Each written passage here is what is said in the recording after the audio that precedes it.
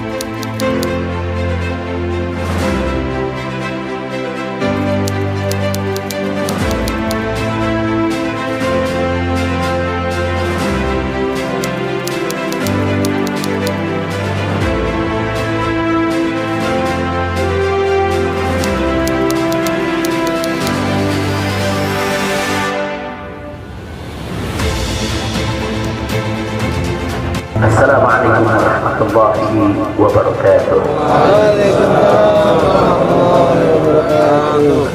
Bismillah walhamdulillah wassalatu wassalamu ala rasulillah wa ala alihi wa sahbihi wa mawalah. Fi hadha al-maqam al-sharif nu'azzi jami'a ahli bait al-mujahidin الشهداء. أعظم الله أجركم وأحسن الله عزاكم وغفر الله لأمواتكم أجمعين وكتب الله في قلوبكم صبرا جميلا آمين يا رب العالمين. Ahibba'i al-kiram, dalam kesempatan ini saya ingin menyampaikan beberapa poin penting untuk segenap keluarga para syuhada, segenap pengurus Dewan Pimpinan Pusat Front Pembela Islam, segenap laskar, aktivis dan simpatisan Front Pembela Islam, bahkan untuk seluruh rakyat dan bangsa Indonesia. Yang pertama, bahwa keterangan pers secara resmi yang sudah dikeluarkan oleh Dewan Pimpinan Pusat Front Pembela Islam tentang kronologis penembakan yang terjadi isinya adalah benar. Sekali lagi saya sampaikan, kronologis yang sudah dibuat dan sebarluaskan oleh Dewan Pimpinan Pusat Front Pembela Islam, saya memberikan kesaksian sebagai salah satu saksi korban yang ada dalam kejadian bahwa isi keterangan pers itu benar. Yang kedua, yang ingin saya sampaikan di sini, bahwa pada saat kejadian tidak ada satupun di antara kami, baik saya dan keluarga maupun seluruh laskar pengawal yang begitu setia, yang mengira kalau yang melakukan pengejaran, mepet, mengganggu adalah dari kepolisian. Sama sekali kami tidak pernah menduga, kami tidak pernah mengira, apalagi kami menuduh. Yang kami tahu, mereka adalah orang-orang jahat yang ingin mencelakakan kami. Dan jumlah mereka bukan 1, 2, 3 mobil. Banyak sekali mobil saling silih berganti, berupaya untuk maju ke depan, untuk bisa sampai ke mobil Habib yang persis ada di belakang saya, bahkan untuk bisa mencapai mobil saya yang ada di depan. Tapi dengan gagah luar biasa, para syuhada kita, laskar-laskar pengawal yang paling belakang ini, sudah ada 2 mobil. Luar biasa. Mereka cerdas, mereka brilian, mereka berani. Mereka dengan begitu luar biasa mengendalikan situasi dan kondisi, sehingga para penjahat tadi tidak satu pun yang berhasil untuk mencapai kami. Ini menunjukkan bagaimana sigapnya mereka, cerdasnya mereka, pintarnya mereka, beraninya mereka tanpa senjata. Itu kedua yang ingin saya sampaikan. Dan poin ketiga, bahwa tuduhan kalau pengawal-pengawal kami dipersenjatai adalah fitnah besar, bohong besar. Tidak ada satupun pengawal kami yang dipersenjatai, karena kami tidak pernah mengira. Sekali lagi, kalau kami akan diperlakukan seperti itu. Pengawal-pengawal ini pengawal standar keluarga biasa, pengawal standar keluarga biasa. Saya ada 4 mobil, semua isinya keluarga, anak, mantu, saudara, cucu kami semua ikut. Ada 3 masih bayi, masih minum air susu ibu. Dan masih ada yang 4 saudara yang di bawah 5 tahun, bahkan yang di bawah 3 tahun. Jadi benar, ya, kami sekeluarga semua. Sudah. Nah, jadi yang ingin saya sampaikan di sini adalah para laskar ini mengawal. Tugas mereka mengawal, bukan untuk mengganggu siapapun. Jadi sudah benar mereka melaksanakan tugas. Ketika begitu banyak mobil ingin menyalip, ingin membahayakan kami, mereka melakukan tugas dengan sangat cantik. Mereka tidak mencelakai orang, dengan sangat cantik, yaitu bagaimana mereka mengusir satu persatu mobil-mobil tersebut sehingga tidak berhasil masuk ke dalam rombongan. Dan subhanallah, ya kawan, yang keempat yang saya sampaikan di sini, dengan takdir Allah, laulahum, tanpa mereka ini para syuhada, mungkin kami sudah digiring ke medan pembantaian yang mereka rencanakan. Allah mentakdirkan sesuai dengan kehendak Allah Subhanahu wa ta'ala. Demi Allah, saya dan keluarga siap setiap saat untuk menghadapi mati syahid, ya kawan. Kami tidak akan pernah mundur selangkah pun juga, tidak akan pernah takut untuk menghadapi segala ancaman dan teror. Maka itu saya sampaikan sekali lagi, 6 laskar yang mati syahid ini, mereka laskar yang luar biasa, mereka laskar yang setia. Bahkan Anda bisa dengarkan dalam rekaman-rekaman yang tersebar, yang viral di mana-mana, ya kawan, bagaimana mereka tertawa, saudara, senang begitu melihat saya dan keluarga semua sudah terbebas dari penjara. Begitu mereka melihat saya dan keluarga semua sudah berhasil meluncur keluar dari penjara, mereka senang. Padahal sebentar lagi mereka akan dibantai, mereka digiring ke medan pembantaian. Dan sampai saat itu kami tidak pernah tahu kalau mereka yang melakukan pembantaian adalah pihak kepolisian. Kami tidak pernah tahu, kami tidak pernah sebut, kami tidak pernah menuduh. Bahkan dalam keterangan pers Dewan Pimpinan Pusat Front Pembela Islam masih dicantumkan orang tidak dikenal. Karena kami tidak berani menuduh siapapun tanpa bukti, kami nggak berani menuduh siapapun tanpa saksi. Itu ajaran Islam. Nggak boleh kita menuduh siapapun tanpa bukti dan saksi, ya kawan. Tapi subhanallah, tatkala dari pagi sampai siang kami kerahkan laskar-laskar Kerawang dipimpin oleh pimpinannya masuk ke setiap rumah sakit wilayah Kerawang, masuk ke setiap kantor polisi, saudara, di Kerawang, menyapu bersih itu jalan tol, saudara, setiap rest area didatangi semua dalam rangka untuk mencari para syuhada ini. Di mana mereka? Di mana mereka? Tapi subhanallah, akhirnya Allah buka mulut yang membantai, saudara. Allah buka mulut mereka. Allah buka mulut mereka, saudara. Tidak bisa mereka sembunyikan, saudara. Allah Maha Kuat, Allah Maha Besar, Allah Maha Kuasa,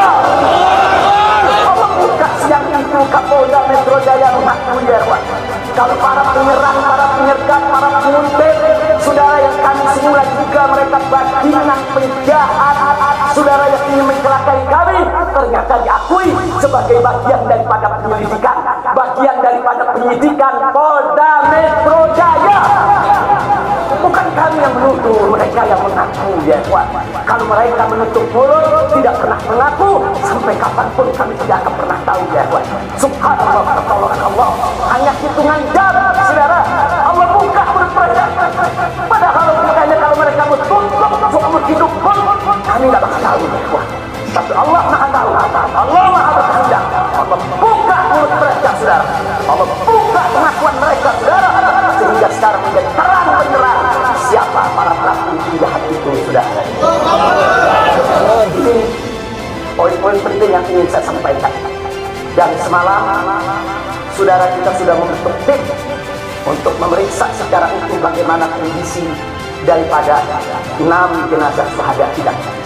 Saya sudah mendapatkan laporannya secara lengkap. Nanti pada saat yang tepat akan kita adakan siaran pers secara nasional, dan saya sampaikan kepada seluruh bangsa dan rakyat Indonesia, kami akan menempuh jalur hukum secara prosedur. Kami akan kejar siapapun yang terlibat dalam pembantaian ini. Kami tidak akan biarkan mereka tidur tenang sampai mereka lari ke lubang semut.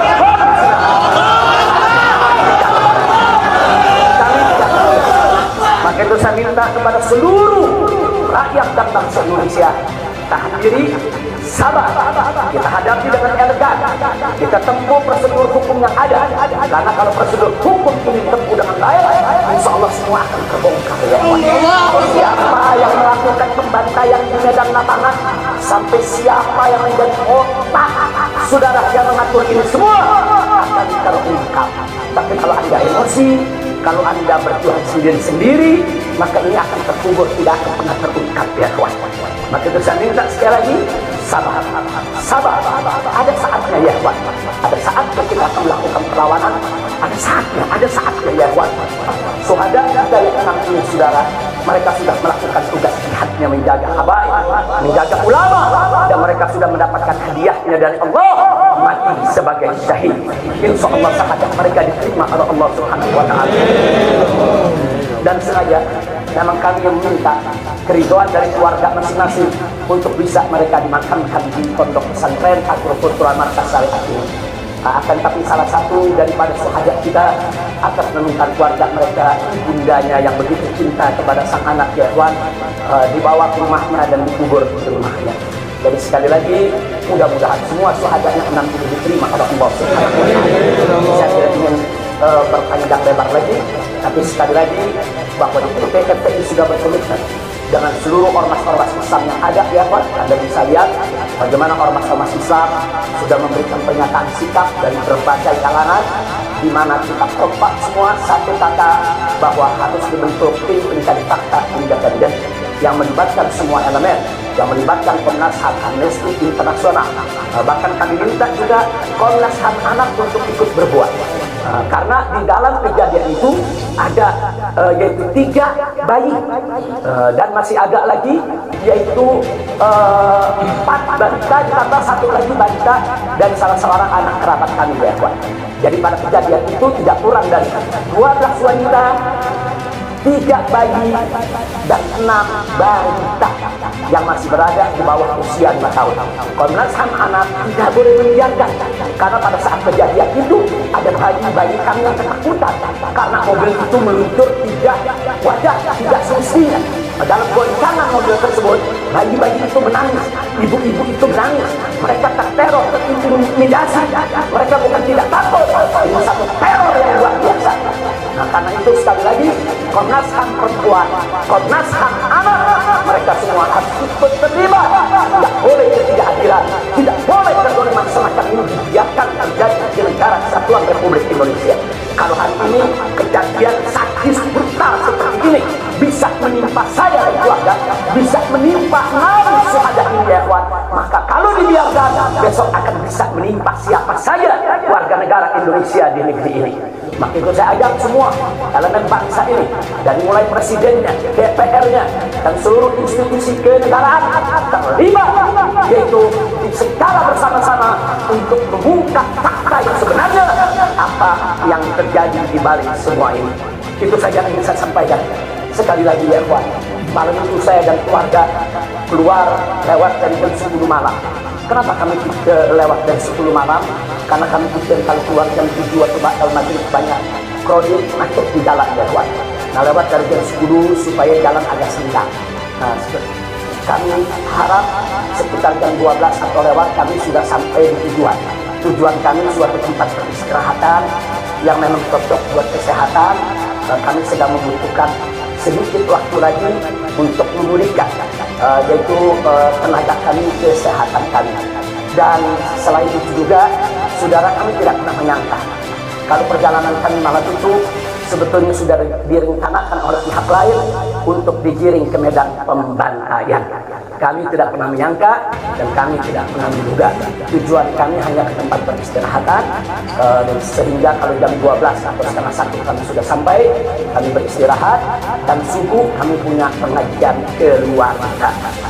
Baca Al-Quran, baca hadis, baca zikir, hanya khusus untuk keluarga kecil kami saja, untuk anak, menantu, cucu, dan untuk sister yang menemani cucu-cucu kami, itu juga untuk beberapa anggota kerabat kami.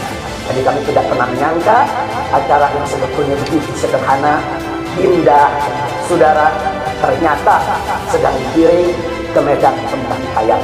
Dan subhanallah, akhirnya kami semua selamat. Berkat apa? Jangan takdir Allah, berkat perjuangan ke-6 syuhada yang dilakukan. Tanpa perjuangan ke-6 syuhada ini, mungkin kami saat ini tidak bertemu Anda lagi di sini. Maka itu saya sampaikan sekali lagi kepada keluarga para syuhada, keluarga para syuhada, Anda semuanya harus bersabar kepada Allah Subhanahu wa Ta'ala, ridho kepada keputusan Allah, dan jangan khawatir. Keluarga Anda yang kembali kepada Allah ini mati sebagai syahid, Allah akan masukkan mereka ke dalam surganya, dan Allah akan berikan kepada mereka kelak syafaat untuk menolong seluruh anggota